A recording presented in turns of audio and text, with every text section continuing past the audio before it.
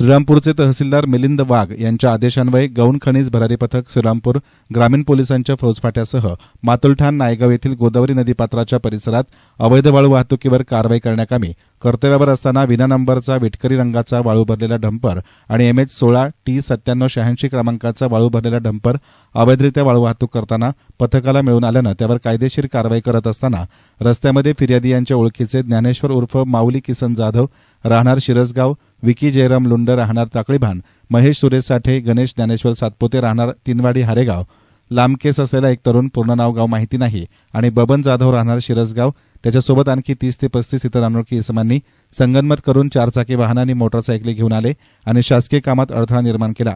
तसेच MH16T9786 क्रमांकाच्या dumper चालक ज्ञानेश्वर साळुंके यानं डंपर खोल चारीमध्ये पलटी करून त्यात बसलेली फिर्यादी आणि सुरेंद्र पवार यांना तुम्ही मरा आता असे म्हणून पथकाला जीवे मारण्याचा प्रयत्न करून तो स्वतः उडी मारून पळून गेला।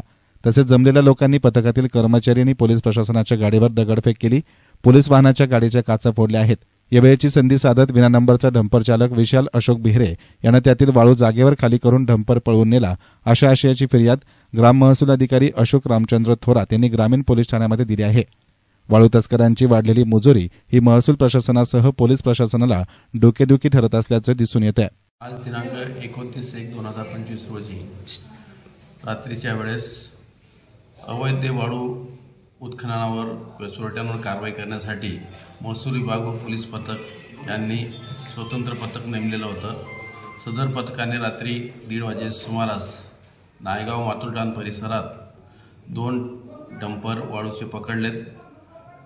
ते डंपरवर कारवाई होऊ नये म्हणून 30 ते 40 लोकांनी सदर डंपर पोलीस ठाण्यात आणण्यासाठी विरोध केला।